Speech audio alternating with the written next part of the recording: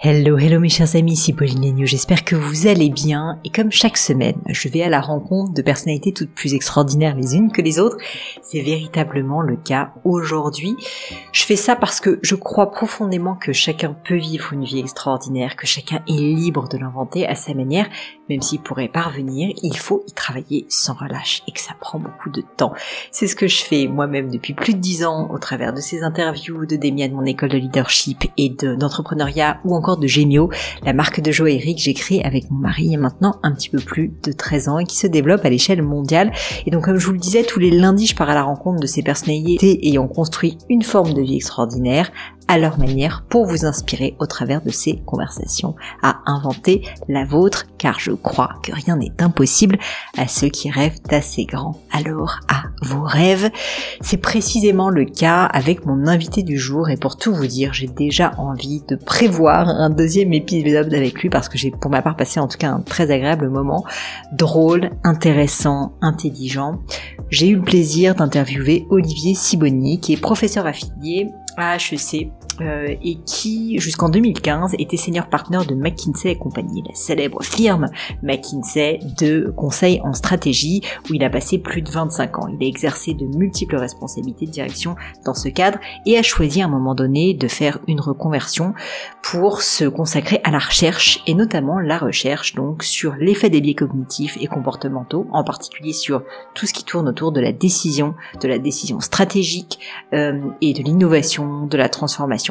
Il est l'auteur de plusieurs livres que je vous recommande vivement et en particulier vous allez commettre une terrible erreur qui est absolument géniale parce que hyper pragmatique et pratico-pratique, on en parle beaucoup dans cet épisode, mais aussi le fameux Noise qu'il a coécrit avec Feu, le prix Nobel Daniel Kahneman, un livre que je n'ai pas lu pour tout vous dire mais qui m'inspire énormément et que j'ai dans ma to-do parce que j'ai très envie de le découvrir. Bref, vous l'aurez compris, Olivier est une personnalité extrêmement intéressante. Sa spécialité, c'est vraiment la prise de décision, comment l'améliorer, comment limiter nos erreurs au final durant nos prises de décision, et c'est vraiment précisément de ça dont on a parlé. On a fait une espèce de JA masterclass sur ce sujet avant de rentrer dans des questions un petit peu plus personnelles le concernant. Pour ma part, j'ai passé, comme je vous le disais, un moment assez incroyable parce que je trouve que Olivier réussit le tour de force d'être à la fois pragmatique mais en même temps drôle et évidemment très très ancré dans la recherche scientifique. Donc on apprend plein de choses. Je serais très curieuse de savoir ce que vous avez pensé de cet épisode. Dites-le moi en commentaire si vous êtes sur YouTube, mais sinon dites-le moi sur les réseaux sociaux, Instagram, LinkedIn, vous savez que je réponds à tout. Et puis bien sûr, n'hésitez pas à partager, vous savez que c'est comme ça que le podcast se fait connaître, ça fait une réelle différence. Donc je vous invite, si cet épisode vous a plu, si vous voulez donner plus de visibilité aussi au travail d'Olivier, eh bien à partager cet épisode que je trouve vraiment très intéressant autour de vous. Mais je ne vous en dis pas plus, je laisse place à ma conversation avec Olivier Sibony.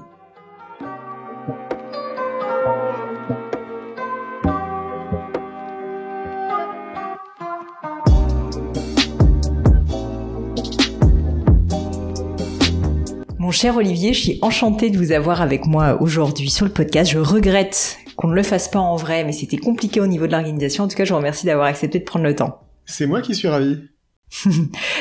Alors, vous avez pas mal d'actualités. On va parler de votre livre à venir en exclusivité. Je vous remercie. Mais avant ça, j'avais envie, pour tout vous dire, Olivier, d'avoir une espèce de petite masterclass, ou en tout cas de discuter avec vous de tous les mythes qui peuvent exister autour de la prise de décision. Je sais que vous avez écrit donc ce fameux livre Noise, coécrit d'ailleurs avec Daniel Kahneman et Cass, je ne sais pas comment ça se prononce, Sunstein, je crois. Sunstein. Voilà, Sunstein, mais de manière générale que vous êtes passionné depuis des années par ces processus de prise de décision. Et donc j'avais très envie d'attaquer par ça et de commencer peut-être par parler d'un sujet qui nous tient tous à cœur actuellement, à savoir les biais cognitifs dans la prise de décision. Est-ce que vous pouvez m'en dire un petit peu plus? C'est une question très large, mais comment est-ce que vous avez commencé à vous intéresser à ces sujets autour de la prise de décision? Première question. Et la deuxième qui viendra après sera plus sur les biais cognitifs.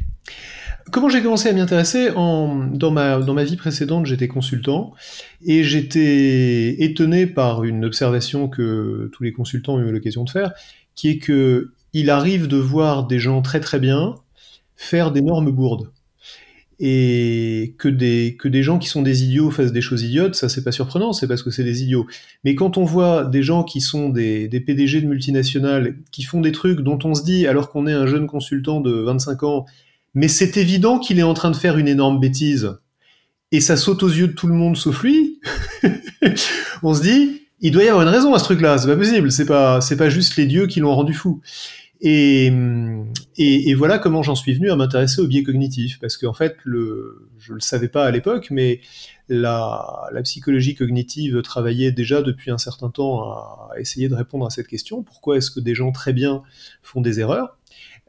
Et pourquoi est-ce que c'est toujours à peu près les mêmes erreurs ? Pourquoi est-ce qu'il y a une espèce de régularité dans ces erreurs ? Et en fait, c'est là-dessus que j'ai fini par essayer de travailler. En fait, d'une certaine manière, mon domaine de recherche, c'est l'erreur. Ben, j'ai compris ça, c'est pour chasser l'erreur et comprendre d'où elle vient, ce qui est passionnant, pour éviter d'en faire. Alors, justement, donc, vous dites que vous avez commencé à vous intéresser à ces sujets parce que vous l'aviez observé, et vous disiez, bah, comment est-ce qu'on fait pour se rendre compte qu'il y a des erreurs ou éviter les erreurs ? Donc, j'ai envie de vous poser cette question. C'est très large, là aussi, mais comment se rendre compte qu'on est en train de se fourvoyer, potentiellement? Comment se rendre compte qu'on est en train d'être soumis à l'un de ses propres biais cognitifs ? Est-ce que vous auriez des premières guidelines à nous donner ? Eh bien justement, le problème, c'est qu'on s'en rend pas compte. En fait, il y a une analogie qui fonctionne assez bien, qui est une analogie entre les biais cognitifs et les illusions d'optique. D'ailleurs, au tout début du travail sur les heuristiques et les biais, ou sur les biais cognitifs, si vous voulez, le terme qu'employaient Kahneman et Tversky, c'était les illusions cognitives, avant même de parler de biais cognitifs, par analogie avec les illusions d'optique. Si je vous montre une illusion d'optique, là on est en podcast, c'est un peu compliqué, mais si je vous montre une illusion d'optique, et que vous tombez dans le panneau, et qu'ensuite je vous montre que c'était une illusion, parce que si vous le regardez sous un autre angle, vous apercevez que c'est une illusion. Le principe de l'illusion d'optique qu'on a tous vécu 50 fois en feuilletant des livres sur les illusions d'optique. Vous allez vous dire, bon bah j'ai compris, ce truc-là était une illusion d'optique. Et si ensuite vous dites, bon bah dorénavant j'ai compris ce que c'est qu'une illusion d'optique, on me prendra plus jamais au piège d'une illusion d'optique, là, vous êtes folle. Ça vous viendrait pas à l'idée de dire une chose pareille. Parce que par définition, une illusion, ce qui fait qu'une illusion est une illusion, c'est qu'on se rend pas compte qu'on est victime de l'illusion au moment où on en est victime. Sinon, elle fonctionnerait pas. Et donc, se dire, ce qui est la première question que pose tout le monde sur les biais cognitifs, se dire, comment est-ce que j'apprends à identifier mes biais cognitifs pour me rendre compte que je suis en train de tomber dans le piège et pour déjouer mes biais cognitifs, en fait, est une voie sans issue. Et c'est important de le dire, et je suis content que vous commenciez par là, parce que... Mais je suis content que vous le disiez, parce que moi je me mettais déjà la pression, je me disais, et je suis sûre que plein de personnes nous écoutent, on se dit, mais je veux être comme Olivier, et ne pas être soumis aux biais cognitifs. Et alors, ne soyez pas comme Olivier, parce qu'Olivier a autant de biais cognitifs que tout le monde, et même peut-être plus. Et c'est une erreur d'autant plus répandue que quand vous traînerez dans un aéroport et que votre avion sera retardé et que vous passerez à la librairie, vous trouverez des tas de livres qui, sur leur 4e de couverture, vous disent « Apprenez à reconnaître ces pièges et à déjouer ces biais, à surmonter ces erreurs classiques, etc. » Et en fait, il faut vraiment rien avoir compris à ce que c'est qu'un biais cognitif pour promettre une chose pareille. Donc, fondamentalement, la première chose à comprendre quand on parle de biais cognitifs, c'est que ce sont des erreurs récurrentes qu'on continuera à faire même quand on sait qu'elles existent. Ça a l'air un peu décourageant dit comme ça. Ensuite, on va voir comment est-ce qu'on fait pour vivre avec le problème. Mais la réalité est celle-là. De même que les illusions d'optique seront toujours des illusions d'optique quand on saura qu'il existe des illusions d'optique, c'est pas parce qu'on saura qu'il existe des biais cognitifs qu'on sera capable d'y échapper. J'en profite avant de rentrer dans le comment que vous abordez, et je crois d'ailleurs qu'il y a un mot que vous appréciez, le comment, mais j'en profite pour vous demander si cette surenchère actuelle justement sur le thème des biais cognitifs, des neurosciences, il y a une vraie mode quand même autour de ça, et comme souvent quand il y a des modes, du coup ça devient assez superficiel, et donc on ne touche quand même, je pense que le tip of the iceberg, comme disent nos amis américains. Est-ce que c'est quelque chose que vous trouvez plutôt positif, parce qu'au final ça a quand même donné un peu de visibilité à ces sujets? Est-ce que vous n'avez pas d'avis? Qu'est-ce que vous pourriez dire à des personnes qui sont un peu en train de se passionner sur ces sujets mais sans probablement y consacrer beaucoup de temps? Moi, je dis aux gens qui se passionnent pour ce sujet que c'est très bien de se passionner pour ce sujet. Ce que j'observe, pour aller dans le sens de ce que vous dites, c'est que il y a une tendance à voir le biais partout, une fois qu'on sait ce que c'est qu'un biais, une fois qu'on a entendu parler des biais cognitifs. C'est un concept assez séduisant, et donc on voit le biais partout. Et on finit par dire que toutes les erreurs sont imputables à des biais, ce qui est très facile, a posteriori, on peut toujours trouver le biais qui explique une erreur. Et finalement, on a des biais devient synonyme de on a fait des erreurs. Or, un biais, c'est pas ça. Un biais, c'est une erreur qui est prévisible à l'avance.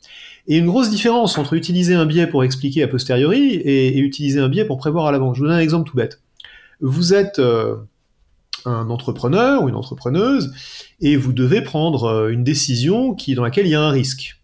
Alors vous la prenez, vous décidez d'y aller, je sais pas, vous faites une acquisition, vous lancez un produit, vous recrutez quelqu'un, que sais-je, et puis ça fonctionne, très bien, on se pose pas de questions, on dit je suis génial. Ça fonctionne pas.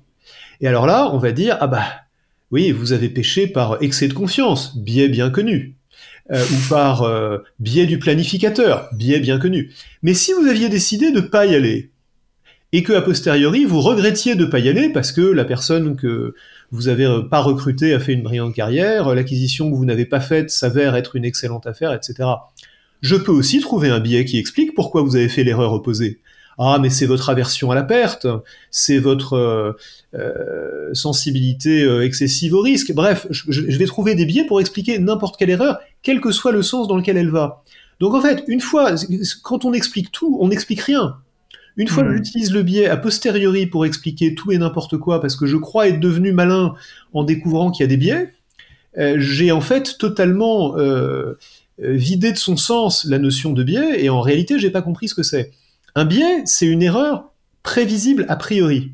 C'est-à-dire qu'il y a des situations dans lesquelles, elles sont au fond pas très nombreuses, mais il y a des situations dans lesquelles je peux dire, là, il y a une direction prévisible de l'erreur. Si vous entreprenez des travaux dans votre maison, et que vous dites ça va durer 3 mois, et que vous me demandez de prendre un pari, je prends le pari que ça va durer plus de 3 mois. J'ai encore rencontré personne qui m'ait dit, bah en fait j'avais entrepris des travaux qui devaient durer 3 mois, et au bout de 2 mois, l'entrepreneur m'a appelé, il m'a dit, c'est bon, c'est fini, vous pouvez emménager, on a un mois d'avance. C'est jamais arrivé.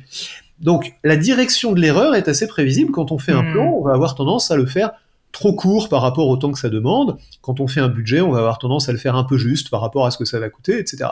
Il y a des problèmes comme ça sur lesquels on sait dans quelle direction va être l'erreur, ça c'est un biais.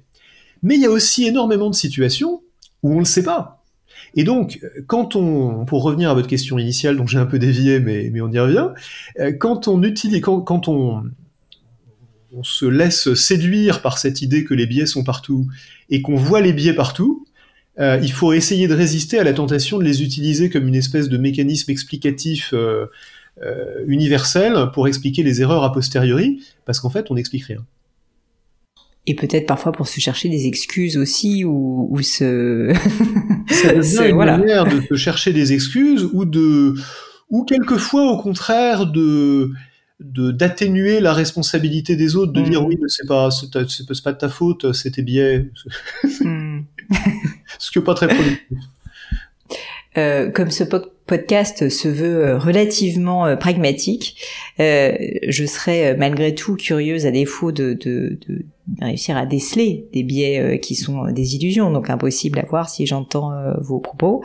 À l'inverse, comment mettre en place peut-être certains systèmes ou déceler les biais, comme vous disiez, qui sont des erreurs prévisibles. Donc, je sais que vous avez beaucoup écrit sur ce sujet-là, mais de se dire comment on améliore concrètement, puisqu'on parle à des entrepreneurs aujourd'hui ou des dirigeants d'entreprise, nos prises de décision pour éviter quand même un maximum les erreurs. Alors, il y a 2 choses qu'on peut faire. D'abord, parce qu'il y a 2 sortes de situations. Il y a les situations où on peut prévoir la direction générale de l'erreur, où on sait qu'il y a un biais et où il faut contrecarrer ce biais.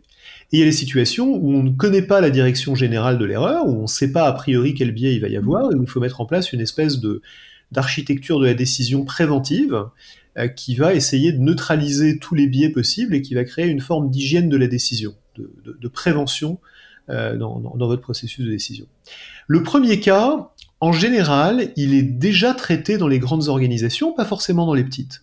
Par exemple, dans toutes les grandes organisations, vous avez une procédure pour valider les investissements. Pourquoi il y a une procédure pour valider les investissements? Parce que toutes les organisations ont appris, à leurs dépens et avec l'expérience, que quand quelqu'un vient vous dire j'ai une super idée d'investissement, ça va coûter 100 et ça va rapporter 300, ça va probablement coûter 150 et rapporter 135. Donc c'est pas idiot d'avoir mis en place un système de challenge où il y a un directeur financier typiquement qui va vous demander de remplir des formulaires, de justifier vos hypothèses, etc. Et où on va essayer de contrecarrer la direction générale de ce biais optimiste. Et il y a plein d'autres analogies sur d'autres processus où on connaît a priori la direction de l'erreur, où donc on met en place un processus.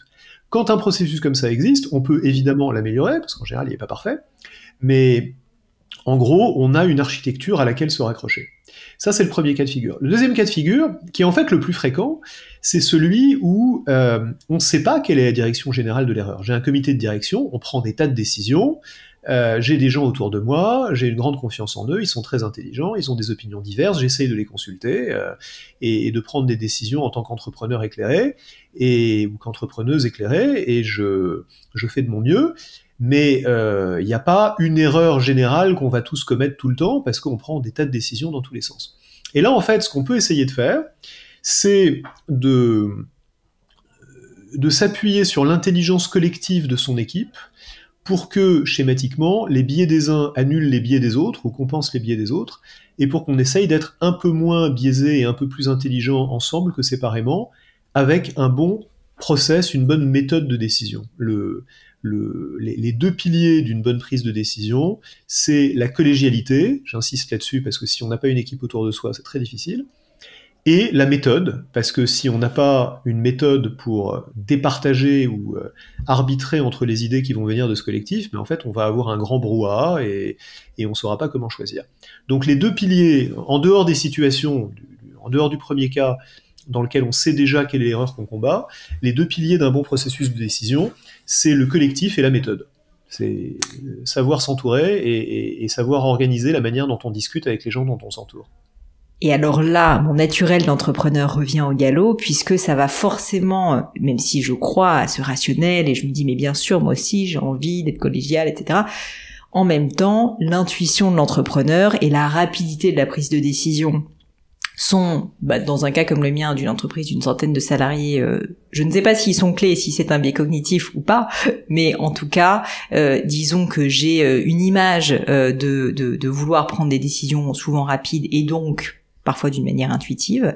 Et donc, je serais curieuse de savoir qu'est-ce que dit la recherche peut-être sur ces sujets-là, parce que c'est vrai que face à la réalité, et je pense à beaucoup de personnes qui nous écoutent, qui sont dans les petites entreprises, où on se dit, oui, mais moi, Olivier, je suis dans une petite boîte et je sais que vous avez fait HEC, donc vous savez ce que c'est aussi, enfin, vous-même, vous êtes dirigeant d'une entreprise. Je peux pas avoir un process de décision et être collégial. En tout cas, on est 5 dans la boîte, et puis... Eh ben, je vais essayer de challenger un peu ça. D'abord, on va distinguer dans la question que vous posez deux choses qui sont associées dans votre question et qui, en fait, ne le sont pas nécessairement, qui sont la rapidité et l'intuition. Que vous ayez besoin de prendre des décisions rapides est une chose, qu'elles aient besoin d'être intuitives en est une autre. Commençons par la rapidité.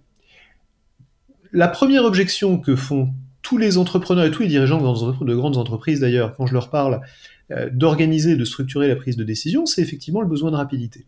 Ils ont raison dans une certaine mesure. On est en général, quand on prend une décision stratégique, pas en train de faire face à une usine qui brûle, à un avion qui va s'écraser, à un patient qui a besoin d'être intubé. Enfin, on n'est pas dans des vraies urgences.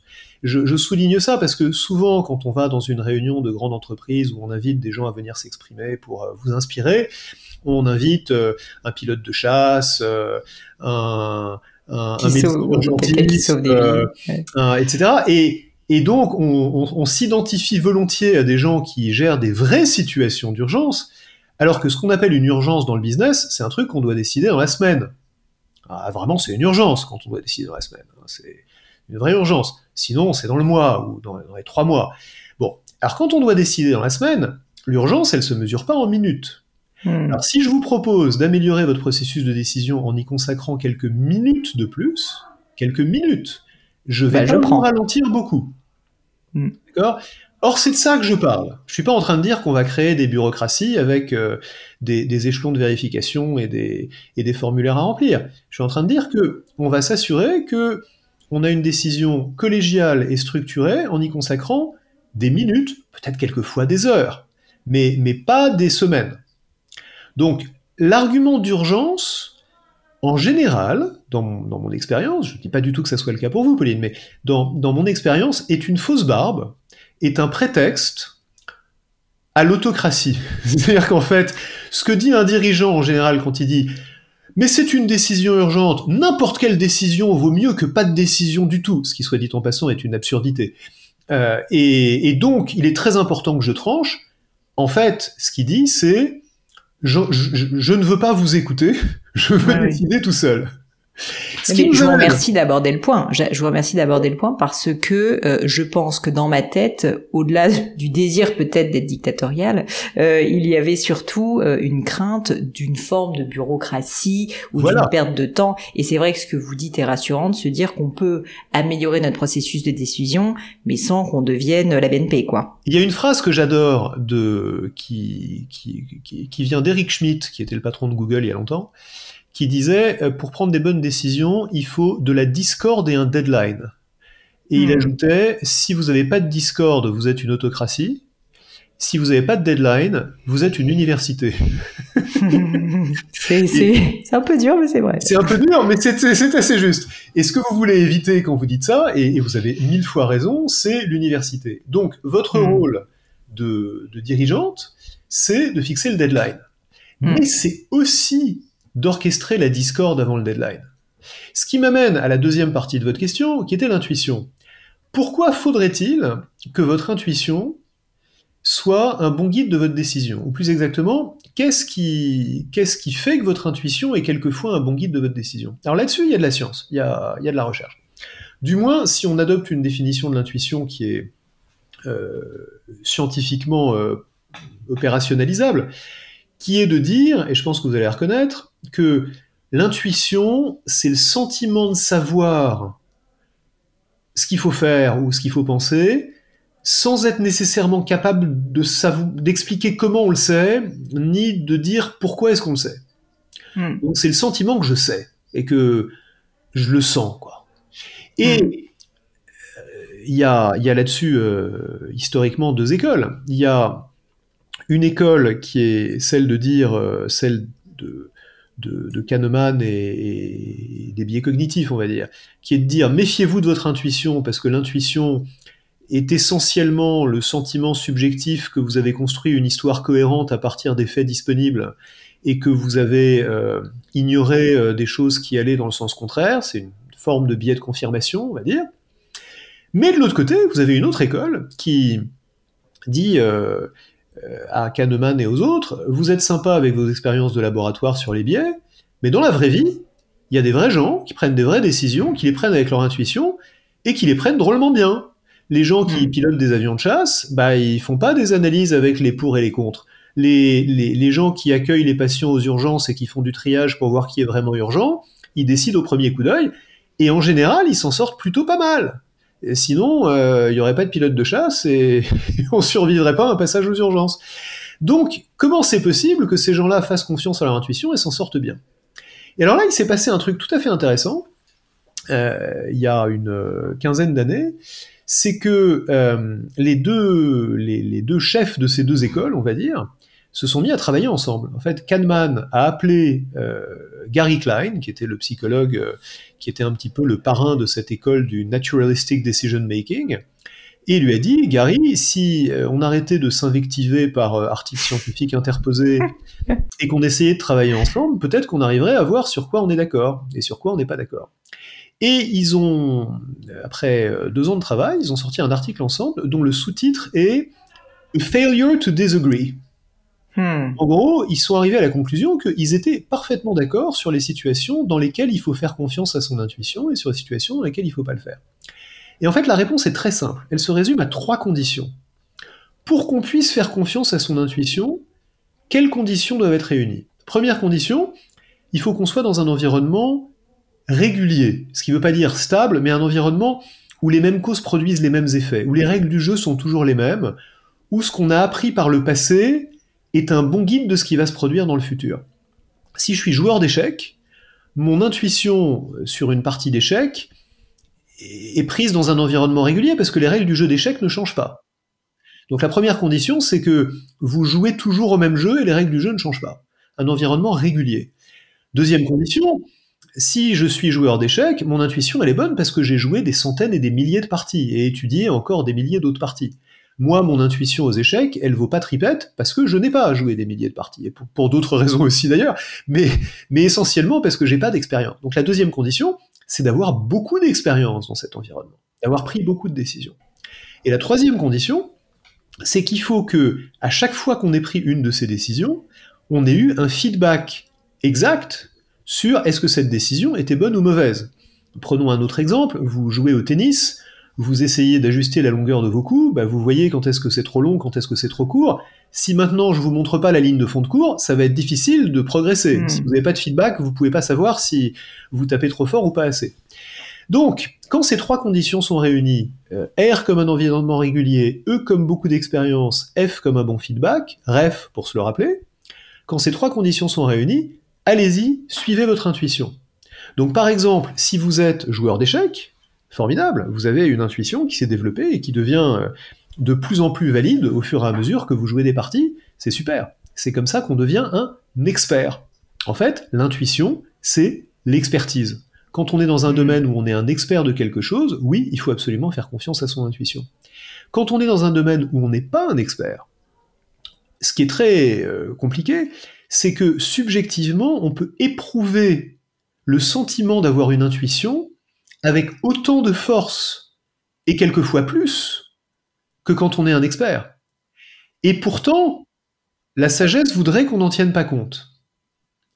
Donc voilà la question à se poser. Quand on a une intuition, quand on a une décision à prendre, la question à se poser, c'est est-ce que je suis une experte de cette décision? Est-ce que c'est une décision qui ressemble beaucoup à des décisions que j'ai déjà prises?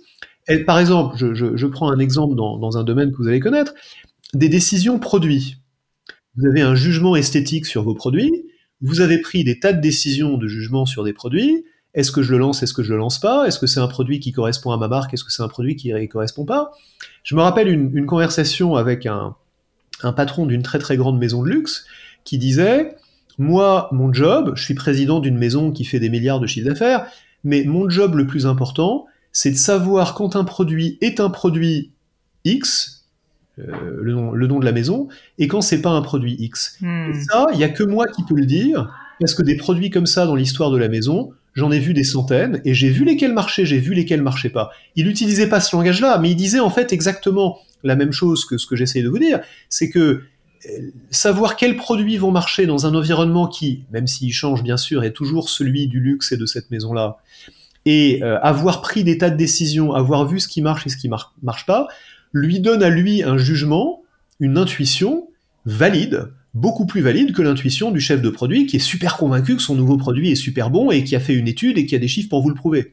Donc là, c'est le président de la maison qui doit faire confiance à son intuition. Maintenant, et d'ailleurs, dans ce cas, je me permets de vous interrompre, j'ai presque l'impression que ce n'est pas de l'intuition, mais comme vous dites, c'est un jugement. Puisqu'en fait, ça repose sur une expertise. Lui, il le perçoit comme une intuition, c'est-à-dire qu'il sent ce qui va marcher et ce qui va pas marcher. Mais vu de l'extérieur, nous, on le respecte à juste titre comme le jugement d'un expert. Et la raison pour laquelle il doit faire confiance à son intuition, c'est qu'il est expert. Maintenant, quand le même homme recrutait un directeur de l'informatique, ne connaissant pas grand-chose à l'informatique, vu que son métier, c'était...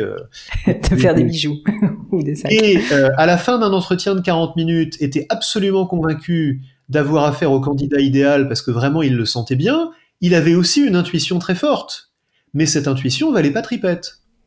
Parce qu'il n'avait pas recruté des tas de directeurs informatiques, et que même s'il en avait recruté plusieurs, c'est très difficile d'avoir une lecture objective de leur performance, et que même s'il l'avait eu, il n'est pas sûr que cette lecture aurait été correcte. Et si j'en comprends bien dans la direction dans laquelle vous m'emmenez, c'est dans ces moments-là où la contradiction, le débat contradictoire collégial va faire émerger le bon jugement et non pas le biais cognitif. C'est exactement ça, et je vais même ajouter une complexité à ce que vous venez de dire. C'est dans ces moments-là, et ces moments-là sont en fait les moments des décisions les plus rares, les plus importantes, bref, les plus stratégiques. Le paradoxe, c'est que tous les entrepreneurs vous disent toujours, et tous les dirigeants de grandes entreprises aussi d'ailleurs, vous disent toujours quelque chose du genre « quand c'est une décision de routine, on peut s'en remettre aux faits, aux chiffres, aux analyses, mais quand c'est vraiment stratégique, c'est là qu'on a besoin de mon intuition. » Or, ce que je viens d'essayer de vous expliquer, c'est que c'est exactement le contraire. C'est que c'est précisément quand la décision présente les caractéristiques d'une décision stratégique, c'est-à-dire qu'elle est prise dans un environnement incertain, volatile, en mouvement, qui n'est pas le même dans lequel on a décidé l'an dernier ou il y a 5 ans. C'est une décision rare qu'on prend pas souvent, une décision vraiment importante, puisqu'elle est stratégique. Et quand on en a pris, on n'en a pas pris beaucoup, mais quand on en a pris, elles ont quelquefois marché, quelquefois pas marché, mais au fond, on ne sait pas très bien pourquoi. C'est ça les décisions stratégiques. C'est précisément celles-là qui ne remplissent aucune des 3 conditions pour qu'on soit devenu un expert intuitif.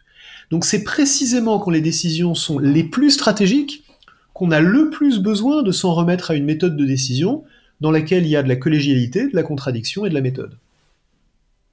C'est intéressant parce que ça va vraiment contre les idées reçues vers lesquelles on tend beaucoup dans le monde de l'entrepreneuriat, selon lequel l'entrepreneur visionnaire va avoir cette vision un peu sortie de nulle part, en général, de son expérience, de son passé, etc., pour créer quelque chose, alors que, comme vous dites, c'est précisément là où, en fait, a priori, il y a des biais quand même qui Absolument. Et d'ailleurs, j'ouvre une parenthèse parce que ce que vous décrivez est très très important. Cette tendance à croire que quand je regarde les grands entrepreneurs qui ont réussi, ils ont suivi leur vision avec obstination, et donc, pour réussir, il faut suivre sa vision avec obstination, est en fait une erreur de raisonnement caractérisée qu'on appelle le biais du survivant. Pourquoi ? Parce qu'on regarde les gens qui ont réussi, on regarde les survivants. On regarde par exemple Elon Musk, on dit Elon Musk se comporte comme un psychopathe, donc il faut se comporter comme un psychopathe pour être un grand dirigeant qui réussit. Mais à l'évidence, je prends l'exemple extrême pour que ça saute aux yeux, si parmi tous les entrepreneurs qui se comportent avec leurs équipes comme Elon Musk, il y en a une immense majorité qui se sont plantés. C'est d'ailleurs pour ça que vous n'avez jamais entendu parler d'eux, parce qu'on ne regarde que ceux qui réussissent. Et c'est pareil pour cette idée qu'il faut être un visionnaire pour réussir. C'est pas parce que un pourcentage élevé des gens qui réussissent vous disent qu'ils ont suivi leur vision que l'inverse est vrai. Un grand pourcentage des gens qui ont une vision, moi je le vois en tant que business angel ou que venture capitaliste, tous les entrepreneurs qui viennent nous voir ont une vision. Tous. Et malheureusement, la plupart vont se planter. Donc c'est pas parce qu'on a une vision qu'on réussit. C'est parce qu'on réussit que quelqu'un vous tend le micro pour vous demander si vous avez une vision. Ou peut-être aussi, on a une vision, mais ceux qui réussissent plus sont ceux qui ont une vision et qui réussissent à la challenger, comme vous dites, avec de la collégialité, avec de la contradiction et avec une méthode. Alors ça, c'est une question empirique. Est-ce que les gens qui ont une méthode, est-ce que les gens qui appliquent le genre de méthode dont moi je parle, prennent en moyenne de meilleures décisions que les autres ? C'est une question qu'on peut vérifier. Et chaque fois qu'on a essayé de le vérifier, la réponse est oui. Je vous donne un exemple parmi de nombreux exemples, et que je connais bien parce que pour le coup c'est une étude que j'ai faite.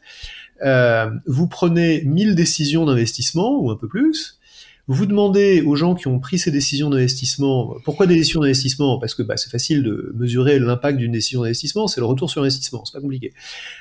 Donc vous demandez aux gens qui ont pris ces décisions d'investissement par quelle méthode ils les ont prises, et vous mesurez la qualité de la méthode. Et vous apercevez que quand la méthode est de bonne qualité, la décision a un bien meilleur retour sur investissement. Qu'est-ce que c'est que la bonne qualité de la méthode dans le cas d'espèce ? C'est des réponses à des questions du genre est-ce que quand vous avez discuté de cette décision, des gens ont verbalisé la position opposée à celle du dirigeant ? Est-ce qu'il y a eu de la contradiction ? Est-ce que vous êtes allé chercher explicitement les deal breakers, les choses qui auraient fait que ça ne serait pas un bon investissement, au lieu de simplement construire une thèse d'investissement et d'expliquer pourquoi c'était un bon investissement ? Est-ce que vous avez testé la sensibilité de votre projet d'investissement aux hypothèses les plus pessimistes possibles sur les scénarios d'environnement ? Bref, est-ce qu'on a des indications qu'il y a eu un bon processus de décision autour de cette décision d'investissement ? Et ce que cette étude-là vous montre, et ce que des tas d'autres études vous montrent, c'est qu'en fait, quand il y a eu un bon processus, la décision est bien meilleure. D'ailleurs, c'est une autre chose que j'avais vue dans mon expérience de consultant. souvent, comme je travaillais sur ces sujets de décision, on m'appelait pour faire des post-mortem, c'est-à-dire pour dire, voilà, on a investi X milliards dans tel projet, c'est une catastrophe, on voudrait bien pas refaire la même bêtise, est-ce que vous pouvez nous aider à faire l'autopsie du truc? Et donc on prenait les dossiers et on allait regarder, mais comment est-ce que des gens intelligents ont pu faire une bêtise pareille? Et on trouvait des papiers du genre, j'en cite un de mémoire, mais je crois que c'était littéralement ce qui était écrit, résultat de l'expertise technique, il est évident qu'il ne faut pas faire ce projet, à moins qu'il n'existe des raisons stratégiques que nous ne connaissons pas, pour laquelle le comité exécutif voudrait prendre cette décision. Donc, noir sur blanc, chaque fois que vous faites un audit d'une décision catastrophique, noir sur blanc, vous avez toujours des gens qui ont tiré le signal d'alarme. Si le signal d'alarme n'a pas été entendu, c'est parce que vous n'aviez pas un bon processus pour prendre la décision finale, dans lequel on donnait la parole à ces gens. Et quand, dans le cas d'espèce, le comité exécutif s'était réuni, s'était gargarisé des excellentes raisons stratégiques, entre guillemets, méfiez-vous toujours des raisons qu'on vous présente comme stratégiques, ça veut dire qu'on est en train de détruire de la valeur. Des raisons soi-disant stratégiques qui avaient de faire quelque chose que ces pauvres techniciens n'avaient pas compris, et voilà comment on balance quelques milliards dans la nature. Donc, mais ce que vous me dites, je trouve... Je suis navrée, je vous ai interrompu. Je me fais réfléchir et j'espère ne pas être la pire en l'espèce, mais de se dire à quel point le rôle d'un dirigeant au sens d'une personne qui prend des décisions est à la fois quand même de se motiver avec une forme de vision ou avec on va dire une envie de faire et d'avancer, mais en même temps sans tomber dans l'illusion à la fois de la connaissance et de la réussite potentielle, et donc il y a une forme de paranoïa à avoir quasi permanente pour se dire je vais aller chercher la contradiction, je vais aller chercher la polémique, je vais aller chercher la petite bête, quoi. J'ai envie que des personnes viennent m'embêter. Et c'est vrai qu'en tant qu'entrepreneur, souvent comme on a ce réflexe de vouloir avancer, je dois dire que psychologiquement pour le vivre, c'est pas toujours facile, mais là où je vous rejoins d'une manière totalement empirique, c'est que je vois bien qu'en réalité c'est ça qui marche, quoi. C'est-à-dire que c'est quand je me force à faire cet effort, parce que c'est réellement ça, que je prends les meilleures décisions. C'est exactement ça. Et comme toujours, c'est parce que c'est difficile que ça a de la valeur. Si c'était facile, tout le monde le ferait, et c'est parce que c'est difficile que ça apporte un avantage à ceux qui vont bien le faire. Pour le rendre un petit peu moins difficile, il y a un truc, c'est d'en faire une routine, c'est d'en faire une habitude. C'est comme d'aller faire du sport. Si on a l'habitude d'aller faire du sport tous les matins, ça devient plus facile que s'il faut à chaque fois se dire « Allez, aujourd'hui, je m'y mets ». Ouais. Donc, je prends un exemple, tout bête. Vous animez des réunions de votre équipe de direction, vous avez les gens autour de vous, vous voulez, comme vous dites, aller chercher la petite bête. Et vous savez que vous allez toujours être tenté de mener la discussion dans un sens qui va rapidement conclure à l'idée que vous aviez déjà en tête. Donc en fait, la tentation, qu'ont tous les dirigeants, c'est de faire un pseudo-tour de table où on dit « Bon, je crois que c'est une très bonne idée, mais bien sûr, je veux entendre ce que vous en pensez, n'est-ce pas? Donc allez-y, dites-moi ce que vous en pensez. » Et en fait, là, tout le monde a très bien compris que ce que vous voulez entendre, c'est qu'ils sont d'accord. Vous croyez que vous construisez un consensus, mais en réalité, ceux qui pensent que c'est pas une bonne idée n'en pensent pas moins, simplement, ils vont pas perdre leur temps à le dire parce que ça sert à rien, et vous les avez pas écoutés. Si vous avez une routine dans votre comité de direction qui vise à contrecarrer ça, ça va beaucoup mieux se passer. Quelle routine? Je vous donne 2 exemples, qui prennent chacun entre 30 secondes et 2 minutes. La version qui prend 30 secondes, c'est... on va faire un tour de table, je voudrais savoir ce que vous en pensez. Avant que vous disiez ce que vous en pensez, vous prenez une feuille de papier et vous écrivez dessus les 3-4 points que vous voulez partager avec tout le monde pour et contre cette décision. 30 secondes, chacun écrit ses points pour et ses points contre, et on fait le tour de la table. Ça a la grande vertu d'abord de vous faire gagner du temps, parce que les gens qui auraient parlé pendant 2 minutes vont parler en fait 1 minute, simplement parce qu'ils auront organisé leurs idées avant de parler, c'est déjà ça. Et en plus, vous allez avoir un grand avantage, c'est que les gens vont vous donner leur pour et leur contre.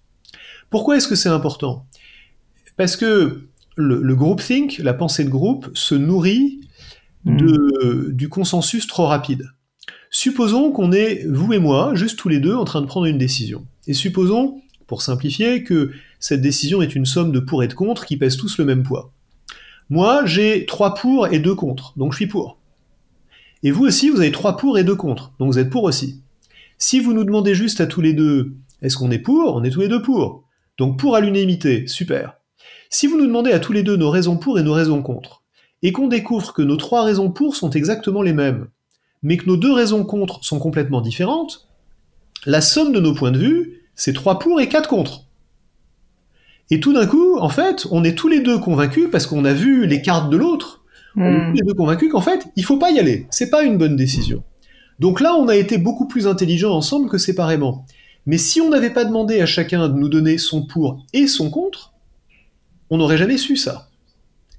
Et donc en fait, si on veut être plus intelligent en groupe que tout seul, il faut que chacun des membres du groupe exprime la totalité de ce qu'il pense et de ce qu'il sait, et pas seulement la bottom line de son opinion nette sur la décision à prendre. Donc première technique, c'est demander aux gens d'écrire le pour et le contre avant de faire le tour de table. Vous n'allez pas me dire que ça prend longtemps et que ça va ralentir vos décisions. Non, clairement, j'ai très envie de le mettre en place, Olivier, et pour tout vous dire, je pense qu'il y a même une autre vertu, c'est que ça donne aussi une parole un peu plus équilibrée à des personnalités qui sont parfois plus ou moins introverties et qui vont plus ou moins facilement s'exprimer. Comme vous dites, il y en a qui vont parler pendant 20 minutes, sincèrement pour ne rien dire, et à l'inverse, ceux qui ont des choses intéressantes parfois ne parlent pas pour des raisons personnelles. Absolument, pour des raisons de personnalité, pour des raisons de timidité, etc. Et donc ça va avoir cette vertu supplémentaire, et quand vous allez en faire une habitude, une routine, que ça va devenir un fonctionnement aussi naturel de votre comité de direction que de servir le café au début de la réunion, et ben en fait vous allez vous apercevoir que c'est hyper puissant. Deuxième idée, qui là est un énorme investissement de temps, ça va vous prendre 2 minutes. Alors, je sais que Terrible. Vous êtes pressé, vous voulez prendre des décisions rapides, hein, Pauline, mais quand même. On se le dit, dans l'urgence. Je sais, je vous ralentis beaucoup. Ça s'appelle le pré-mortem. Alors le pré-mortem, c'est une invention de Gary Klein, dont je vous parlais tout à l'heure, qui consiste à faire la chose suivante. Vous êtes sur le point de prendre une décision. Par exemple, vous allez, investir dans une nouvelle usine. Allez, soyons fous. Et vous dites, bon, on est tous d'accord, on en a discuté à fond, on a entendu le pour et le contre, on a fait les tours de table. Maintenant, on va supposer qu'on est en 2028, dans 3 ans, et que cette décision a été un échec total. Et on est réunis autour de la table pour en faire le post-mortem, l'autopsie. Que s'est-il passé? Et là, même technique, chacun prend une feuille de papier et écrit, pendant 2 minutes, qu'est-ce qui s'est passé pendant ces 3 années? On est en 2028, que s'est-il passé? Ils vont l'écrire au passé, c'est-à-dire nous avons échoué parce que, et ensuite vous allez faire le tour de table et ils vont dire si on a échoué en 2028, c'est parce que. Pourquoi est-ce que ça marche? Parce que quand on est dans l'enthousiasme de prendre une décision, dans un sens ou dans l'autre, la tendance au consensus va être très forte et les gens qui ont des réticences vont avoir tendance à ne pas les exprimer. En faisant ça, vous les forcez un petit peu à s'exprimer, vous créez une sorte de concours entre les gens qui vont participer au tour de table ensuite, pour voir qui va avoir le plus d'idées et qui va avoir construit le scénario le plus cohérent. Et puis il y a une autre raison qui est très amusante cognitivement, c'est qu'on est toujours très bon pour expliquer ce qui s'est passé, bien meilleur en fait pour expliquer ce qui s'est passé que pour imaginer ce qui pourrait se passer. Quand on vous demande aujourd'hui d'expliquer pourquoi Bachar el-Assad est tombé, ce que personne ne voyait venir une semaine avant qu'il tombe, vous avez des tas d'explications. C'était écrit, ça devait arriver. Quand on vous demande d'expliquer pourquoi Trump a été élu, vous dites c'était évident, en fait, on sait tous pourquoi Trump a été élu, on a des tas d'explications. N'empêche qu'avant que ces événements se produisent, on n'en avait pas idée, on était même pour certains incapables de les imaginer. Donc, se placer dans un avenir où s'est produit quelque chose que vous craignez, vous force à imaginer les scénarios que vous avez beaucoup de mal à imaginer, vous aide à imaginer les scénarios que vous avez beaucoup de mal à imaginer, en vous plaçant dans le futur et en vous faisant réfléchir au passé, ce que vous êtes en fait bien plus doué pour faire. Donc voilà une deuxième technique, le pré-mortem. Il y en a des tas d'autres. Hein. J'ai ajouté 3 minutes à toutes mes réunions grâce à vous, là, c'est terrible. Par exemple, il y en a 38 autres dans le livre que j'ai écrit là-dessus, qui s'appelle « Vous allez commettre une terrible erreur ». Il y a 40 idées en tout, qui sont toutes des idées pratico-pratiques comme ça. Mais vous voyez que c'est pas des idées bureaucratiques. Quand je parle de méthode, souvent les gens me disent « Oulala, mais alors, un gars chez McKinsey qui vient nous parler de méthode, ça va être terrible ». Je comprends tout à fait la réticence. je sympathise avec ce point de vue, mais j'essaye de parler de choses qui sont vraiment pratico-pratiques. Bah, et vous êtes un entrepreneur vous-même. On a fait la même école HEC Entrepreneur et Absolument. qui nous éduque un petit peu justement à être quand même dans le concret, dans le pragmatique. Donc j'imagine que au-delà de votre personnalité, vous avez eu envie d'y croire. Alors avant qu'on passe, j'avais envie de parler de votre futur livre. Je dis futur parce qu'au moment où on se parle, il n'est pas encore sorti, même si je pense qu'il est déjà écrit. Je voulais quand même revenir sur le livre Noise que vous avez coécrit avec Daniel Kahneman et donc Cass Sustain, parce que je l'ai pas lu, mais j'ai juste donc rapidement lu quelques études ou analyses de ce livre et donc qui résument que globalement vous faites le point que le bruit a un impact sur notre jugement. Et je voulais comprendre de quel bruit on parle. Est-ce que vous êtes vraiment sur un bruit littéral ou est-ce qu'on parle plus du bruit, j'imagine, environnement, du bruit de toutes les informations sans doute, de tous les jugements, de toutes ces petites choses justement qui vont attaquer notre sanity, comme on dit dans les pays anglo-saxons. Qu'est-ce que vous pourriez m'en dire un petit peu plus? Alors en fait, c'est encore autre chose. Le bruit, tel qu'on le décrit dans ce livre, c'est le bruit au sens statistique. Et c'est le bruit qui s'oppose ou qui complète le biais. Qu'est-ce que c'est que le biais au sens statistique? Je vous en ai donné des exemples tout à l'heure. C'est une erreur prévisible, donc c'est une déviation, un écart par rapport à la bonne réponse. Si je demande à 10 personnes de prévoir combien de temps on va mettre pour construire une centrale nucléaire, en moyenne, ils vont me donner un temps très inférieur au temps que ça va prendre. Mais il y a aussi une autre erreur, qui est que ces 10 personnes ne vont pas me donner le même chiffre. Il y a aussi une variabilité. Donc dans l'erreur, il y a une moyenne d'erreur, qui est le biais, et il y a un écart type de l'erreur, qui est le bruit. Et le bruit, c'est simplement le fait que des personnes différentes, ou la même personne à des moments différents, confrontés au même jugement, c'est-à-dire devant par exemple faire la même prévision du temps de construire une centrale nucléaire, ou prendre la même décision de quel candidat choisir quand on fait du recrutement, ou faire le même diagnostic quand on est médecin, ou prononcer la même peine pour le même condamné quand on est juge, ces différentes personnes vont en fait avoir des jugements différents. C'est pas le biais. Je prends l'exemple du juge parce que c'est très simple. Un juge peut avoir des biais, un juge peut être favorablement disposé à l'égard de certaines populations ou défavorablement à l'égard de certaines autres. C'est pas bien. Un système judiciaire peut être biaisé, c'est-à-dire qu'il peut être défavorable à certains groupes et favorable à certains d'autres, c'est pas bien non plus. Mais il y a un autre problème complètement différent de celui-là, qui est que c'est pas normal que le même prévenu face à deux juges différents soit traité très différemment simplement parce qu'il tombe sur deux juges différents.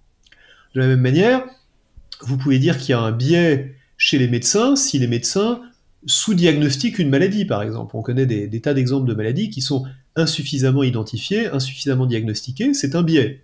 Supposez que vous arrivez à corriger ce biais et que le taux de diagnostic de la maladie rejoint le taux de prévalence de la maladie, et qu'il y a effectivement autant de gens qui sont diagnostiqués que de gens qui sont malades, vous avez vaincu le biais, c'est très bien. Sauf que si les gens que vous diagnostiquez ne sont pas ceux qui sont malades, et ceux qui sont malades ne sont pas diagnostiqués, vous faites beaucoup d'erreurs quand même. Donc, c'est pas parce qu'on a corrigé un biais qu'on a enlevé toutes les erreurs. Et le bruit, c'est ce qui reste d'erreurs quand on a corrigé le biais. Voilà. Donc c'est simplement, c'est le bruit au sens statistique, ça n'a rien à voir avec le bruit ambiant, ça n'a même rien à voir avec le bruit des réseaux sociaux, qui est tout à fait réel aussi, et qui crée des biais. C'est la variabilité de nos jugements qui pose problème dans les organisations. Compris, merci pour cette clarification. Pour terminer, avant qu'on parle un petit peu plus de votre parcours personnel, je voulais donc quand même aborder le dernier thème que vous allez traiter dans ce futur livre, dont je ne connais même pas encore le titre. Oui, j'espère peut-être l'avoir en avant-première avec vous aujourd'hui, Olivier, qui parle, si je comprends bien, donc de diversité et de comment, démystifier, tout ce qu'on a appris sur la diversité. Est-ce que vous pouvez là aussi m'en dire plus? Déjà, comprendre en fait pourquoi vous êtes intéressé à ce sujet et quels sont les points saillants. Alors le livre s'appelle La diversité n'est pas ce que vous croyez, et en fait c'est ça, pourquoi je me suis intéressé à ce sujet, parce que étant identifié comme quelqu'un qui parle des biais cognitifs, je recevais assez souvent des appels de dirigeants, de RH, etc., qui me disaient il faut absolument que vous veniez nous aider à parler de nos biais, à comprendre en quoi est-ce que nos biais cognitifs nous empêchent d'avoir de la diversité, parce que malgré tous nos efforts, on a trop peu de femmes, on a trop peu de gens issus de minorités ethniques, etc., dans nos instances de direction. Et on sait bien que la raison pour laquelle on n'arrive pas à progresser là-dessus, c'est nos biais cognitifs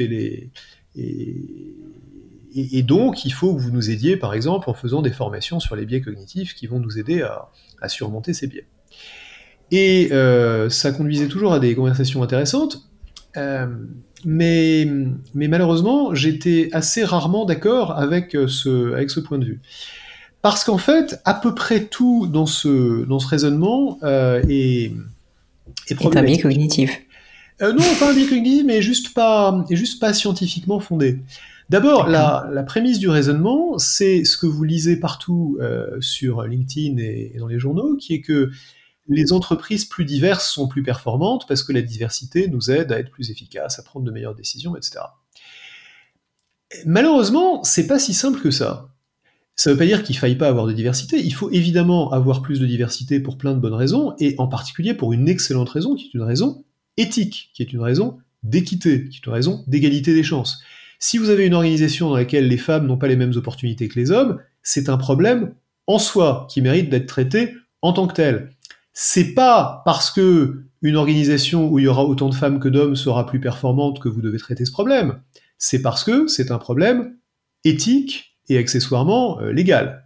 Si je vous disais que vous pourriez être plus performant et gagner plus d'argent en enfreignant toutes sortes de réglementations, en polluant les rivières et en faisant travailler des enfants dans des mines de sel, vous seriez horrifié, vous auriez raison, mais c'est pas parce qu'il n'y a pas de business case pour le faire, c'est parce que vous avez des principes éthiques. Donc pourquoi diable est-ce qu'on a besoin de dire qu'il y a un business case pour avoir de la diversité? Il n'y a pas besoin. Par ailleurs, c'est faux. Toutes les études qui prétendent vous dire que les entreprises plus diverses sont plus performantes, et là je vous vois surprise parce qu'on a tellement lu ça partout que ça nous paraît évident. Pour être tout à fait honnête, je suis pas si surprise parce que je pense que c'est plus la diversité de points de vue qui, j'imagine, apporte que la diversité, parce que si vous avez toutes les mêmes, qui sont soit black, blanc, si vous voulez, si on a tous les mêmes points de vue, ça change rien, quoi, au final. Mais c'est une grande partie du problème, c'est qu'on confond. Alors d'abord, statistiquement et globalement, quand on regarde les entreprises qui ont plus de diversité, de genre, ethnique, etc., est-ce qu'elles sont plus performantes que les autres? La réponse est non quand l'étude est faite correctement. Et elle a été faite correctement un paquet de fois, elle a aussi été faite incorrectement un paquet de fois pour arriver à la conclusion politiquement correcte à laquelle on a envie d'arriver. Et forcément, on lit plus souvent la conclusion politiquement correcte que la conclusion scientifique, mais en fait, quand vous lisez les études scientifiques, elles disent exactement le contraire de ce que disent les études qu'on lit sur LinkedIn. Bon. Plus intéressant, c'est quand vous regardez au niveau d'une équipe, parce que là, on y voit l'argument que vous venez de souligner, qui est que la diversité qui compte, c'est la diversité cognitive, c'est-à-dire effectivement la diversité des points de vue, des manières de penser, des styles de raisonnement, etc. Et là, il y a une espèce d'amalgame qu'on fait souvent, qui est de dire, si on a une diversité d'expériences de vie, qu'on a forcément quand on est une femme plutôt qu'un homme, un noir plutôt qu'un blanc, un étranger plutôt qu'un américain aux États-Unis, etc., alors on aura une diversité cognitive. Malheureusement, c'est beaucoup plus compliqué que ça. Quand vous avez fait, je me rappelle une conversation avec un dirigeant qui me disait, mais regardez, c'est super, on a un comité exécutif d'une grande diversité. Regardez, nous avons cette femme qui a fait Stanford, et puis ce monsieur noir qui a fait Stanford, et puis moi qui ai fait Stanford. C'est super, vous êtes super divers cognitivement, vous avez tous fait Stanford, probablement à peu près la même année. En fait, c'est pas parce qu'on a de la diversité démographique qu'on a de la diversité cognitive. Et la bonne diversité, celle qui effectivement améliore la performance, c'est la diversité cognitive, dont on vient de parler de la manière de la stimuler en évitant les biais cognitifs et en évitant le bruit dans la prise de décision. Celle-là, il faut absolument la rechercher. Il n'y a pas de raison particulière qu'elle soit corrélée avec la diversité démographique. Donc, qu'on veuille de la diversité démographique, absolument, c'est très bien, parce que c'est un reflet, c'est un signe du fait qu'on a des processus de sélection et de promotion équitables et qu'on a les bons critères de promotion. C'est un mauvais signe de ne pas avoir de diversité. Mais est-ce que en améliorant la diversité, on va améliorer la performance? Non. De même que c'est un bon signe qu'il fait chaud quand le mercure monte dans le thermomètre, c'est pas en secouant le thermomètre qu'on fait baisser la température. très clair et je vous remercie pour la clarification.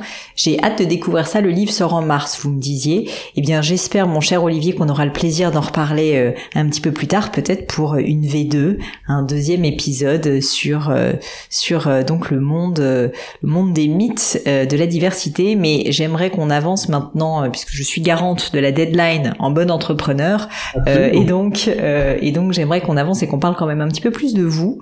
J'ai une tradition à la fin de ce podcast qui est toujours de poser des questions que vous allez voir un petit peu personnelles, que je trouve intéressantes parce qu'elles visent à donner des grandes pensées, des enseignements qu'on a pu tirer de sa propre vie. Et même si on n'a malheureusement pas encore eu l'occasion de parler de votre parcours, et j'espère qu'on le fera pour un deuxième épisode, eh bien j'avais envie quand même de vous poser ces questions.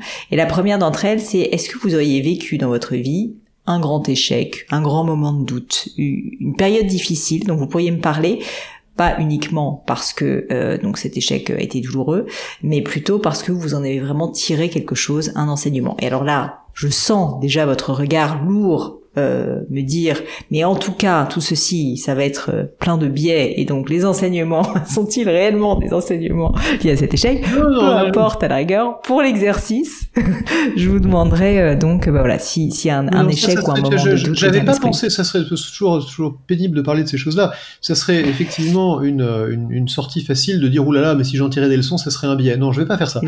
Je vous remercie. En fait, quand les gens vous parlent de leurs échecs, souvent ils vous disent, ben voilà, j'ai fait ce truc-là, c'était une bêtise, j'en ai tiré telle leçon, etc. Mais ça, c'est les bons échecs, si on peut dire, c'est les échecs faciles. C'est ceux où on peut dire, ben voilà, j'ai fait une connerie, il fallait pas la faire, bon voilà, j'ai appris, super, on passe à la chose suivante.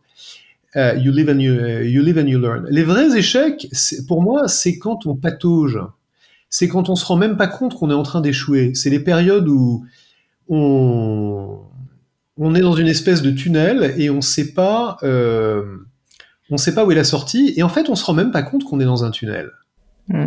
Et c'est là que c'est très pénible en fait. Et on a tous eu des phases comme ça.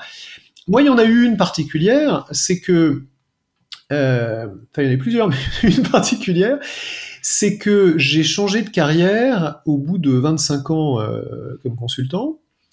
Et en fait, ce que vous disent les gens qui vous conseillent doctement sur la manière de changer de carrière, vous savez, c'est les trois petits cercles concentriques, là, avec le nom japonais, c'est Ikigai, ou je me rappelle jamais comment... Ikigai, ouais. Ikigai, hein, c'est ça.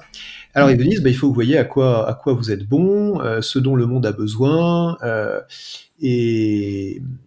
Ce qui vous plaît, non? Oui, c'est ça, et ce qui vous plaît, voilà, ce qui vous plaît, ce dont le monde a besoin, et puis ce que vous savez faire. Et évidemment, quand vous avez été consultant pendant 25 ans, vous faites ce truc-là, vous arrivez à la conclusion qu'il faut être consultant jusqu'à la mort, jusqu'au moment où vous allez rendre l'âme, parce que si vous avez fait le même truc pendant 25 ans, forcément, c'est que vous savez le faire, que quand même ça vous plaît un petit peu, sinon vous ne l'auriez pas fait pendant 25 ans, et que quelque part le monde est prêt à vous payer pour ça, sinon vous n'auriez pas pu le faire. Donc en fait, on tourne en rond. Et moi, je me suis retrouvé en fait à savoir que j'avais envie de changer parce que j'en avais marre, mais à pas savoir ce que je voulais faire, et à vraiment pas savoir ce que je voulais faire, à partir dans l'inconnu en fait, en me disant j'ai aucune idée de ce que je vais faire la semaine prochaine. Et c'est assez anxiogène quand on a été sous une pression intense quand même, hein, quand on est consultant chez McKinsey, on n'a pas beaucoup de temps pour méditer sur la vie et avoir des états d'âme. On est quand même assez occupé. Donc, tout d'un coup, en fait, les journées sont vides, le téléphone sonne pas, etc. Et alors là, j'ai fait un truc, moi, que a posteriori me semble absolument génial, mais que j'ai absolument pas fait intentionnellement, mais qui, a posteriori, je trouve est une bonne idée. Et qui, quand on me demande un conseil de reconversion, c'est le conseil que je donne aujourd'hui. C'est que je me suis dit, je vais faire plein de trucs, et on va voir ce qui marche. Et donc, je me suis mis à faire, je me suis raconté l'histoire que j'allais me faire une espèce de portefeuille d'activités, mais en réalité, c'était pas un portefeuille, c'était un portefeuille d'expérience. Je me suis dit, je vais être un peu prof, parce que c'est intéressant d'être prof, ça m'amuse. J'ai déjà donné quelques cours, on va voir si je peux le faire un peu plus. Je vais être un peu board member, parce que il y a des tas d'entreprises où on a besoin de mon expérience et de mon expertise dans les boards, n'est-ce pas? Je vais être un peu investisseur, parce que il faut quand même que je bénéficie de ma sagesse et de mon expérience, etc. Et je vais être un petit peu aussi consultant indépendant, parce que quand même, je l'ai fait pendant tellement longtemps, et puis le monde ne peut pas se passer de mes conseils, quand même, ça serait dommage que tous ces gens qui puissent bénéficier de ma sagesse en soient privés. Et puis voilà, ça fait 4 choses, ça va m'occuper 4 jours par semaine, et puis le 5e jour, je vais faire ce que j'ai jamais fait jusqu'à maintenant, je vais prendre du temps pour moi, je vais peut-être apprendre à jouer au golf, je vais faire des tas de choses que j'avais jamais faites. Je me suis dit, voilà un plan qui a l'air de tenir la route. Après tout, j'ai fait des tas de plans et j'ai donné des tas de conseils et des tas de gens, donc je dois être capable de m'en donner à moi-même. Voilà un bon plan. Et puis, au bout de quelques mois, au bout d'un certain nombre de mois quand même, au bout d'à peu près 1 an, je me suis dit, en fait, ce truc ne tient pas la route. Il y a des jours où je suis très content de ma journée, et il y a des jours où je suis pas du tout content de ma journée. La journée à jouer au golf, en fait, c'est pas du tout mon truc. D'abord, je suis pas allé jouer au golf, et puis, si j'avais eu envie de faire d'autres choses que travailler avant dans la vie, je les aurais faites. Donc fondamentalement, je suis pas un mec qui est fait pour travailler 4 jours par semaine, je suis un mec qui est fait pour travailler 7 jours par semaine. Donc, oublions cette journée-là.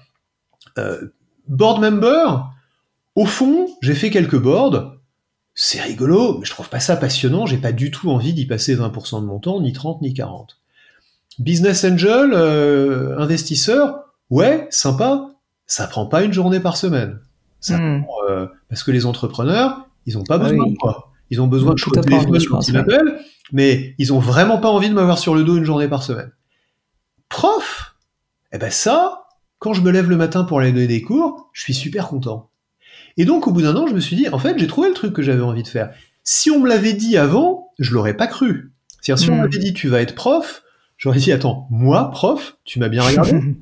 Donc, les gens qui me disent aujourd'hui, ah, mais j'ai toujours su que t'étais fait pour être prof. Mais il y en a plein, hein, il y en a plein. Là, ils me disent, mais t'étais fait pour ça, c'était évident, je l'ai toujours su. Et vous êtes sympa, vous auriez pu me le dire avant, j'aurais gagné beaucoup de temps, parce que moi, je le savais pas. Et c'est seulement en le faisant que je l'ai découvert. Et en fait, je pense j'ai accidentellement trouvé un truc dans cette histoire, c'est que c'est très difficile c'est très difficile de savoir ce qu'on aime et de savoir ce à quoi on va être bon sans essayer. On peut imaginer, on a des a priori, j'avais des a priori sur ce que c'est que d'être prof. Mais mes a priori étaient pas justes. Et mes a priori sur ce que j'aime et ce que j'aime pas étaient pas justes. Et en fait, je suis extraordinairement heureux de cette 2e carrière, mais j'aurais tout à fait pu passer à côté. Donc voilà la leçon que j'en ai tirée. Je sais pas si ça... Je vous remercie 1000 fois, je suis sûre en plus qu'elle sera très utile à beaucoup de personnes qui se posent certainement des questions, et je dois dire qu'ils souvent, je dis ça aussi pour moi, on a tendance un peu à rester enfermés dans nos schémas et puis dans nos rêves, dans nos espèces de fantasmes en fait de là où on se verrait, alors qu'il y a à peu près rien qui remplace l'action. J'ai une petite phrase que je dis souvent, c'est moins de réflexion et plus d'action. Alors ça a peut-être un petit peu en contradiction avec toutes nos histoires de méthodes de prise de décision. Non, pas du tout, parce que j'ai pas tout à fait fini l'histoire. Une fois cette phase de réflexion-action, si vous voulez, qui consiste à réfléchir en agissant, une fois cette phase terminée, où je me suis dit, en fait, prof, ça me plaît bien, là, je me suis dit, ok, maintenant, si je suis prof, on va le faire sérieusement. Non seulement on va pas le faire 1 jour par semaine, mais je vais aller faire un doctorat, je vais faire de la recherche, je vais écrire des livres, je vais pas juste aller donner 2-3 cours. Donc là, on passe vraiment à l'action. Mais on passe à l'action quand on a construit la confiance dans le fait qu'on est en train d'agir dans le bon sens. S'il y avait quelque chose à refaire, Olivier, qu'est-ce que vous auriez envie de refaire différemment? Rien, mais certaines choses plus tôt. Et là, pour le coup, je vais ressortir un biais cognitif, mais une des choses que la recherche montre, c'est que à chaque fois qu'on a une décision à prendre qui est du type continuer ou changer, le biais va dans le sens de continuer, plutôt que de changer.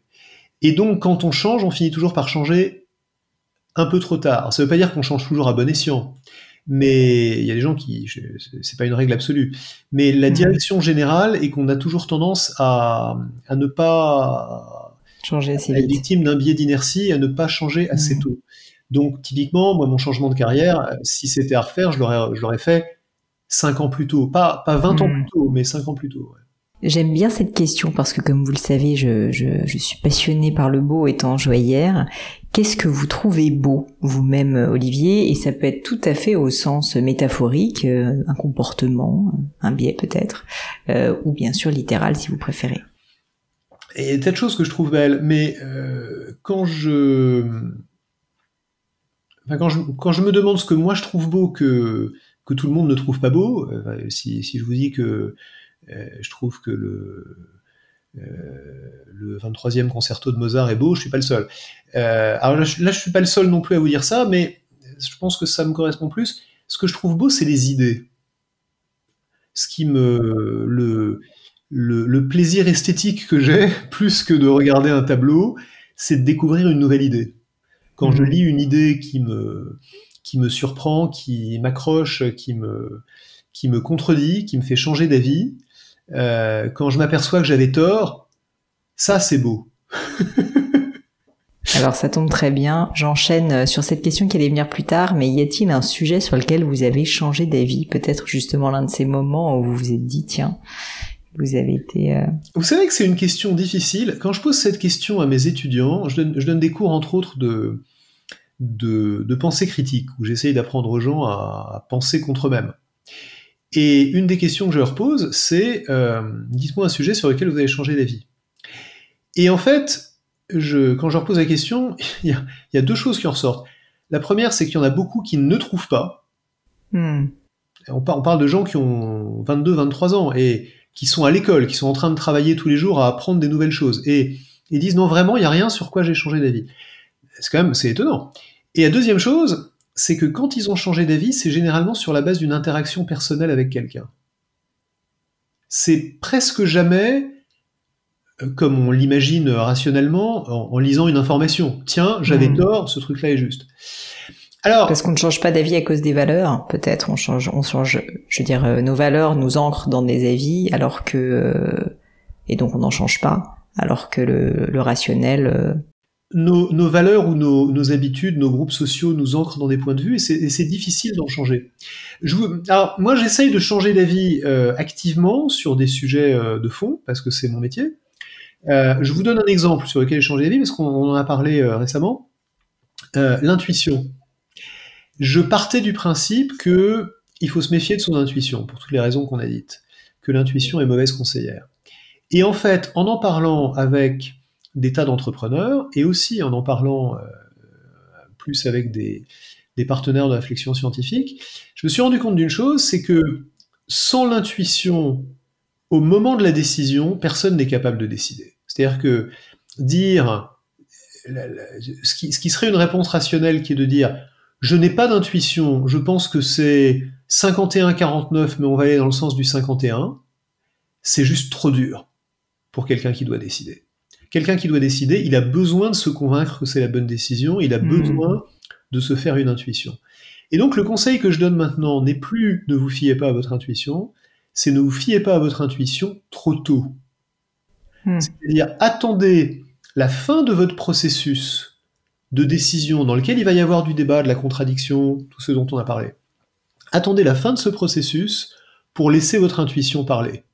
Et là, quand vous aurez écouté quand votre intuition aura écouté toutes les étapes de ce processus, elle sera informée, elle sera éclairée, et elle sera réellement meilleure que si vous l'aviez écoutée au début. Et je trouve que c'est une évolution conceptuelle intéressante. C'est un sujet sur lequel j'ai changé d'avis. Il y en a plein d'autres, hein, sur la diversité, il y en a plein d'autres sur lesquels j'ai changé d'avis. Je vous en donne un autre quand même, parce que allez-y. Et pour moi, il est récent. Je pensais que les quotas n'étaient pas une bonne idée dans le management des entreprises. J'ai changé d'avis. J'ai changé d'avis en voyant les chiffres, la persistance des chiffres, en voyant que, en fait, alors que le monde entier change, les gouvernements changent, les parlements changent, les universités changent, les hôpitaux changent, les entreprises ne changent pas. Il y a toujours aussi peu de femmes. Ça augmente très légèrement, mais presque pas plus qu'il y a 10 ou 20 ans. On n'y arrivera jamais si on ne donne pas un coup de pied dans la fourmilière. Après, ça ne veut pas dire que les quotas sont suffisants. Je pense qu'ils ne sont pas suffisants du tout. et que les quotas seuls vont amener à des tas de comportements d'optimisation hypocrites qui ne servent absolument à rien et qui peuvent même être contre-productifs. Mais je pense qu'en tant qu'électrochoc pour forcer les entreprises à réfléchir différemment au mode de sélection de leurs élites, ça peut être un adjuvant utile, et qu'en tout cas, c'est indispensable, parce que visiblement, rien n'avance, et que la définition de la folie, c'est de continuer à faire la même chose en espérant des résultats différents. Encore 2 questions pour vous. Celle-ci, je pense que vous allez l'apprécier. Est-ce que vous avez une croyance, une opinion qui est controversée, je veux dire par là, qui n'est globalement pas partagée par le plus grand nombre? Qui peut être... J'espère, oui, parce que je pense que vous en avez beaucoup. Ouais, c'est un peu mon métier, d'essayer d'avoir des opinions. Puisque la pensée critique est quand même au cœur de votre réflexion, donc a priori, il doit y en avoir. Je vous en donne une qui commande un peu toutes les autres. Le management, c'est une science. Alors, quand je dis ça à des managers, ils me regardent comme si j'étais un hurluberlu, quoi. Parce que pour eux, le management, c'est un art, c'est une pratique. D'ailleurs, il y a une histoire que je me rappelle et qui est significative de ça. Il y a très longtemps, Bernard Ramanantsoa, qui était le patron d'HEC pendant de longues années, me disait que quand il parlait à un de ses amis, quand il était prof, pas encore directeur de l'école, et qui parlait à un de ses amis et qui disait je suis prof de management à HEC, on lui répondait c'est super, c'est super. Et à part ça, tu fais quoi? Et moi, c'est pareil. Chaque fois que je parle à un de mes anciens collègues et je lui dis maintenant je suis prof à HEC, il me fait bon, c'est bien. Et à part ça, tu fais quoi? C'est-à-dire, en d'autres termes, être prof de management n'est pas un métier. Pourquoi c'est pas un métier? Parce que en fait, les praticiens du management, les managers, les entrepreneurs, etc., ne considèrent pas que le management soit un domaine d'études sérieux. Quand un médecin rencontre un autre médecin et que le premier demande au deuxième ce qu'il fait et que le deuxième lui dit je suis chercheur au CNRS en médecine, il lui dit pas super, à part ça tu fais quoi? Il lui dit c'est un vrai métier d'être prof de médecine ou chercheur en médecine. Ça fait pas un pli que c'est un vrai métier. Et curieusement, quand il s'agit de management, ça paraît pas clair. En fait, la raison pour laquelle ça paraît pas clair, c'est que on n'a pas intégré l'idée que le management s'analyse, s'étudie, se théorise, j'emploie des gros mots qui font fuir tout le monde, comme une science sociale. Une science sociale, pas une science exacte, pas une science dure, c'est pas la physique, mais c'est une science sociale au même titre que la sociologie, que l'anthropologie, que l'économie. Il y a des régularités statistiques, il y a des lois, il y a des contre-exemples à ces lois, c'est la définition d'une statistique, c'est qu'elle n'est pas vraie à tous les coups. Donc on peut apprendre des choses, ça ne veut pas dire qu'elles seront vraies à tous les coups, mais on doit pouvoir apprendre des choses, et on doit traiter le management comme une science. Et en fait, c'est profondément iconoclaste de dire ça dans le monde du management, parce que tous les managers sont convaincus que c'est un art, c'est une pratique, c'est quelque chose qui repose sur l'expérience, sur l'intuition, sur le talent, sur les compétences innées, etc. Et tout ça est en partie vrai, mais c'est aussi une science. Oui, et puis vu tous les livres de management qui existent, je pense qu'on peut se dire que c'est une science difficile à maîtriser et donc qui nécessite d'être étudiée. Et ça s'appelle une science. Une science, c'est difficile. Ma dernière question pour vous, Olivier, c'est est-ce que vous avez un ou des livres, alors ça peut être sincèrement aussi des films si vous préférez, ou des musiques d'ailleurs, mais disons un objet culturel qui vous a particulièrement marqué à un moment de votre vie. Je dis des livres parce que, étant moi d'un naturel littéraire, et d'autre part je trouve que quand même les livres vont nous emporter quelque part et nous faire réfléchir d'une manière différente, mais donc je serais curieuse de savoir s'il y a un livre qui vous a particulièrement marqué, qui vous a fait réfléchir différemment, que vous pourriez nous recommander et nous expliquer pourquoi. Alors, s'il y a un livre que je conseille universellement, c'est Thinking Fast and Slow, ou Système 1, Système 2, les 2 vitesses de la pensée de Daniel Kahneman. Je le conseille aux gens qui l'ont pas lu, je le conseille aussi aux gens qui l'ont déjà lu. Moi, je le relis à peu près tous les ans. Et à chaque fois, j'y trouve des choses que je n'avais pas vues.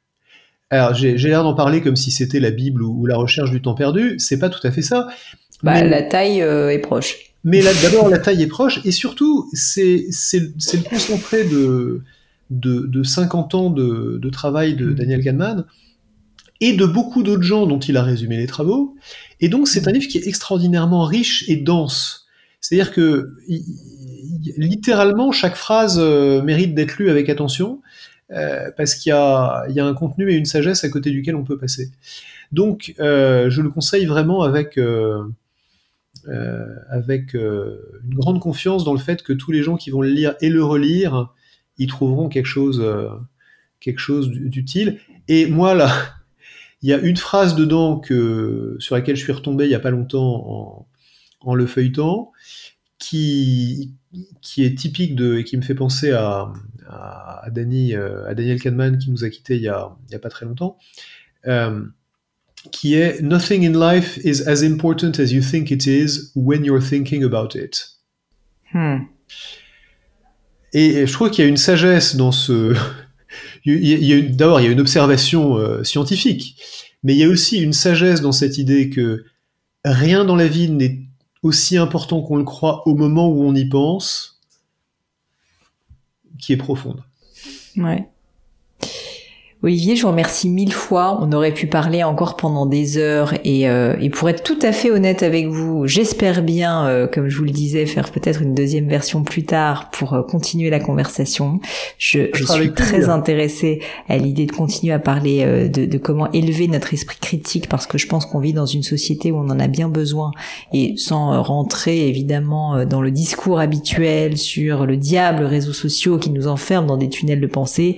Malgré tout, je pense qu'on est quand même dans une période où on a besoin de s'élever avec un petit peu plus d'esprit critique et de dialectique. Et donc je vous remercie 1000 fois pour tout le travail que vous faites auprès des étudiants, mais aussi auprès du grand public, pour nous aider justement à réfléchir à ces sujets, toujours avec une petite pointe d'humour et de pragmatisme qui font vraiment plaisir et qui rendent ces réflexions beaucoup plus digestes et accessibles. Donc je vous remercie 1000 fois. Et puis je vous remercie aussi pour cette conversation qui était passionnante.